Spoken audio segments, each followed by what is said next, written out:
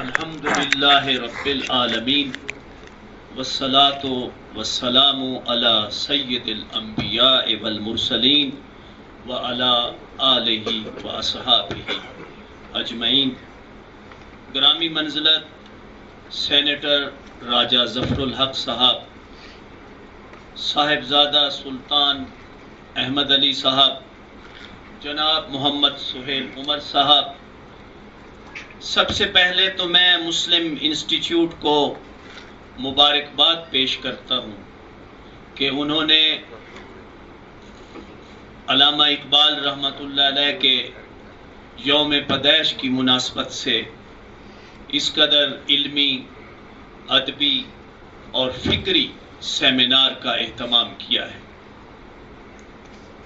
مجھے جس موضوع پر اظہار خیال کی دعوت دی گئی ہے وہ ہے تعلیمی نصاب میں فکر اقبال سے خلاصی کیوں۔ سیالکوٹ کی سرزمین میں ایک بچہ جنم لیتا ہے اور وہ ایک معاشی لحاظ سے متوسط درجے سے بھی کم تر درجے سے تعلق رکھتا ہے۔ وہ ذہین و فطین ہی نہیں تھا بلکہ علم کا بھی دل دادا تھا۔ وہ فارسی اور عربی مولانا میر حسن سے پڑھتے ہیں۔ ان کے گھر میں ابن عربی کی کتاب فصوص الحکم کا درس ہوتا ہے۔ مطالعہ قرآن وہ ہر روز صبح کرتے ہیں اور سیالکوٹ میں اپنی تعلیم ایف اے مکمل کرنے کے بعد وہ لاہور کے تاریخی شہر میں آتے ہیں۔ اس زمانے میں ایف اے کی تعلیم بھی بہت تھی لیکن وہ علم اور فکر کی حدود سے ناآشنا تھے اور وہ علم کی تڑپ ان کے اندر موجود تھی، اس لیے وہ لاہور کے تاریخی شہر میں آئے۔ وہاں اپنے ایم اے فلسفہ کی ڈگری حاصل کی، شعر و شاعری بھی جاری تھی اور ایک شاعر کی حیثیت سے، ایک مسلم مفکر کی حیثیت سے آپ کا چرچا پورے ہندوستان میں پھیل چکا تھا۔ عوام و خواص میں آپ ایک عقیدت کی نظر سے دیکھا جاتے تھے، لیکن آپ نے اس پر اکتفا نہیں کیا۔ آپ 7 سمندر پار علم کی پیاس بجھانے کے لیے جاتے ہیں اور آپ یہ سمجھتے ہیں کہ علم پوری انسانیت کی میراث ہے۔ صرف قرآن و سنت کا علم کافی نہیں ہے، صرف مشرق کے علمی چشموں سے پیاس بجھانا کافی نہیں ہے، بلکہ مغرب میں وہ جاتے ہیں اور مغرب کے دارالعلوموں سے بھی وہ تعلیم حاصل کرتے ہیں۔ اس زمانے میں تعلیم ایک متوسط درجے کے بچے کے لیے، لڑکے کے لیے تعلیم حاصل کرنا بہت مشکل تھا، لیکن وہ وہاں پہنچتے ہیں۔ کچھ پیسہ انہوں نے خود لاہور میں ملازمت کر کے بچایا تھا، باقی ان کے برادر ان کی سپورٹ کرتے ہیں۔ تو اقبال وہاں پہنچتے ہیں، 3 سال میں بیرسٹری کی ڈگری بھی حاصل کرتے ہیں اور میونخ یونیورسٹی سے پی ایچ ڈی کی ڈگری بھی حاصل کرتے ہیں۔ اور جب وہ نظام الدین اولیاء رحمۃ اللہ علیہ کی تربت پہ جاتے ہیں، جانے سے پہلے وہ دعا مانگتے ہیں، التجائے مسافر کے نام سے وہ ایک دعا کرتے ہیں اور وہاں وہ مقصد اپنا بیان کرتے ہیں یورپ جانے کا کہ سیر و سیاحت مقصد نہیں ہے، بلکہ وہ کہتے ہیں کہ لے چلی ہے وطن کے نگار خانے سے شراب علم کی لذت کشاں کشاں مجھ کو۔ وہ شراب علم کی لذت کے لیے وہاں جاتے ہیں۔ اقبال کا یہ عملی نمونہ ہمیں یہ بتاتا ہے کہ علم حاصل کرنا چاہیے، چاہے یورپ میں حاصل ہو، چائنا سے حاصل ہو، مشرق سے حاصل ہو۔ اور انہوں نے یہ بھی ہمیں سبق دیا کہ مشرق سے ہو بیزار نہ مغرب سے حذر کر، مشرق سے ہو بیزار نہ مغرب سے حذر کر، فطرت کا اشارہ ہے ہر شب کو سحر کر۔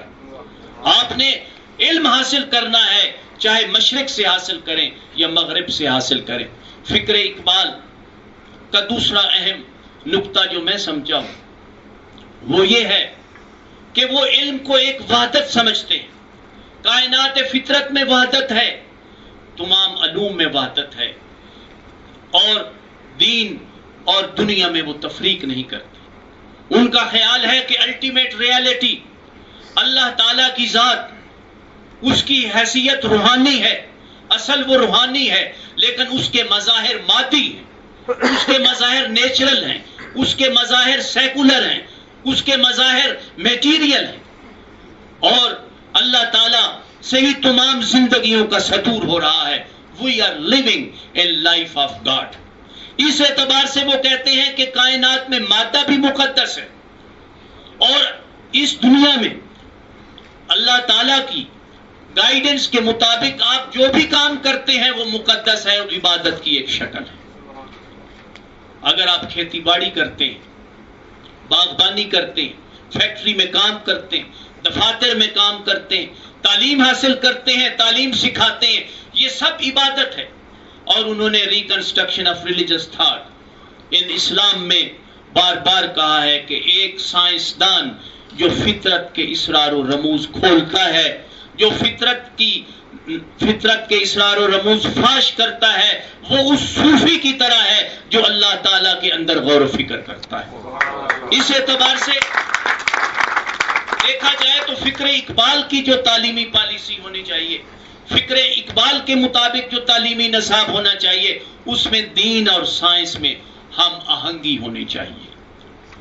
سائنس کے لیے علامہ اقبال نے آدم علیہ السلام کی مثال بیان کی کہ اللہ تعالیٰ نے جب آدم کو خلافت عطا کی تو انہیں علم کی دولت سے نوازا، کیونکہ نائب خدا کے لیے عالم ہونا ضروری ہے تاکہ وہ اس علم کی طاقت سے فطرت کو مسخر کرے اور اس کائنات ارضی میں اقتدار اور غلبہ حاصل کرے.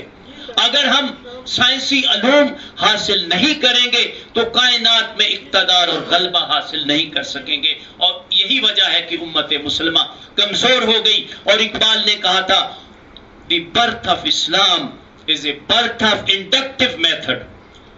مسلمانوں نے دنیا کو انڈکٹیو میتھڈ سے آگاہ کیا جو موجودہ سائنس کی بنیاد ہے. لیکن یہاں ایک اور نقطہ جو اقبال نے بڑی وضاحت سے اپنے خطبات میں بیان کیا ہے وہ یہ ہے کہ سائنس کا مقصد واقعی غلبہ حاصل کرنا، اقتدار حاصل کرنا ہے، اور یورپ اس پر چلا اور یورپ نے اقتدار حاصل کر لیا اور پوری دنیا کو غلام بنا لیا. لیکن وہ کہتے ہیں علم کا یہ حتمی مقصد نہیں ہے. علم کا حتمی مقصد ایک اچھا انسان بنانا ہے، اور اچھا انسان وہ ہے جو انسانی قدروں کا خیال کرتا ہے، جو صحیح معنوں میں اللہ تعالیٰ کی نیابت کی نمائندگی کرتا ہے. اس سلسلے میں مرید ہندی یعنی علامہ اقبال اپنے مرشد مولانا رومی سے پوچھتے ہیں، چشم بینا سے ہے جاری جوئے خون، علم حاضر سے ہے دین زار و زبوں. وہ کہتے ہیں کہ علم حاضر نے بہت ترقی کی ہے، سائنسی ترقی، مادی ترقی بہت ہو گئی ہے، لیکن انسان صحیح معنوں میں انسان نہیں بنا. دنیا میں امن عالم کا قیام نہیں ہوا، انسانی قدریں دن بدن پس منظر میں چلی جا رہی ہیں. تو وہ مولانا رومی سے اس کا علاج پوچھتے ہیں، مرشد رومی سے علاج پوچھتے ہیں، اور کہتے ہیں کہ علم تو ایک کاروبار بن چکا ہے، اور علم کے حاصل کرنے سے یورپ نے غلبہ تو حاصل کر لیا ہے لیکن انسانیت سے دور ہو گیا. تو مولانا رومی جواب دیتے ہیں، علم را بر تن زنی مارے بود، علم را بر دل زنی یارے بود. کہ اگر علم کو تم تن پروری کے نقطہ نظر سے حاصل کرتے ہو، اگر علم کو تم روزی کا ہی ذریعہ بناتے ہو تو وہ تمہارے لیے سانپ بن جائے گا. مگر علم کو تہذیب نفس کے لیے حاصل کرتے ہو، علم کو شائستہ اور مہذب بننے کے لیے حاصل کرتے ہو تو پھر علم تمہارا دوست بن جائے گا. یہ مولانا رومی کی فکر ہے. تو اب ہم نے یہ دیکھنا ہے کہ ہمارا تعلیمی نصاب کیا اس کے مطابق ہے، کیا ہم دینی تعلیم میں اور سائنسی تعلیم میں ہم آہنگی ہے، کیا دین میں اور دنیا میں ہمارے ہاں تفریق نہیں ہے، اور تعلیمی اداروں سے ہمارے جو نوجوان تیار ہو رہے ہیں کیا وہ صرف معمار اور ڈاکٹر ہیں یا اچھے انسان بھی بنتے ہیں. کیا ہم دنیا میں غلبہ حاصل کر رہے ہیں، کیا دنیا میں ہم مغلوب ہیں، محکوم ہیں، یا دنیا میں ہمارا کوئی اعلیٰ مقام ہے. اس پر اگر آپ غور کریں تو آپ کو معلوم ہو جائے گا کہ ہم نے فکر اقبال کے مطابق تعلیمی نصاب کو وضع نہیں کیا۔ یہاں صرف میں ایک رائے بیان کرتا ہوں جناب انجم رومانی صاحب کی، جو بڑے ماہر تعلیم ہیں۔ وہ کہتے ہیں اس وقت پاکستان میں سرکاری و پرائیویٹ، ملکی و غیر ملکی، اردو میڈیم و انگلش میڈیم، مشنری و سیکولر، کئی طرح کے تعلیمی ادارے قائم ہیں۔ پھر ان تعلیمی اداروں میں طرح طرح کے نصابات، ذرائع تعلیم، طریق ہے تدریس اور طریق ہے امتحان رائج ہیں۔ پھر ان اداروں کی معیاری اور غیر معیاری دو شکلیں بھی ہیں۔ عربی اسلامی مدارس کا ایک تیسرا سلسلہ بھی ہے۔ درس نظامی کے یہ تعلیمی ادارے مزید مسلکی نصابات میں منقسم ہیں۔ سب سے بڑی حیران کن بات یہ ہے کہ خود درس نظامی کے نصابات میں بھی پاکستان کے بارے میں کوئی مواد شامل نہیں۔ تعلیمی اداروں کی یہ رنگا رنگ تنوع قومی اتحاد و یگانگت میں انتشار کا باعث ہے اور ملکی سلامتی اور قومی یکجہتی کے لیے ایک خوفناک صورتحال ہے۔ ابھی تک ہم نصاب تعلیم پر متفق نہیں ہو سکے اور ایسا نصاب تعلیم ہم وضع نہیں کر سکے جو نظریہ پاکستان، جو اسلامی نظام کا آئینہ دار ہو۔ تو اب ہمیں اس بات کی ضرورت ہے کہ ہم فکر اقبال کے مطابق ہم اپنی تعلیمی پالیسی کو وضع کریں۔ یہ صرف کافی نہیں ہے کہ پرائمری لیول پر ہم علامہ اقبال کی چند نظمیں جو انگریزی لٹریچر سے ماخوذ ہے، ایک مکڑا اور مکھی کی کہانی، پہاڑ اور گلہری، اسی طرح جگنو، ماں کا خواب، یا دو غزلیں بھی شامل کی گئی ہیں، وہ ہم شامل کریں، بلکہ ہمیں اس میں انقلابی تبدیلیوں کی ضرورت ہے۔ میں محسوس کرتا ہوں کہ اگر بی اے کے کورس میں برٹن رسل کا ایک مضمون شامل کیا گیا ہے، ویسٹرن سیولائزیشن، تو بی اے کے انگریزی کے نصاب میں علامہ اقبال کا ایک مشہور خطبہ جس کا عنوان ہے the spirit of Muslim culture, اس کو بھی شامل ہونا چاہیے۔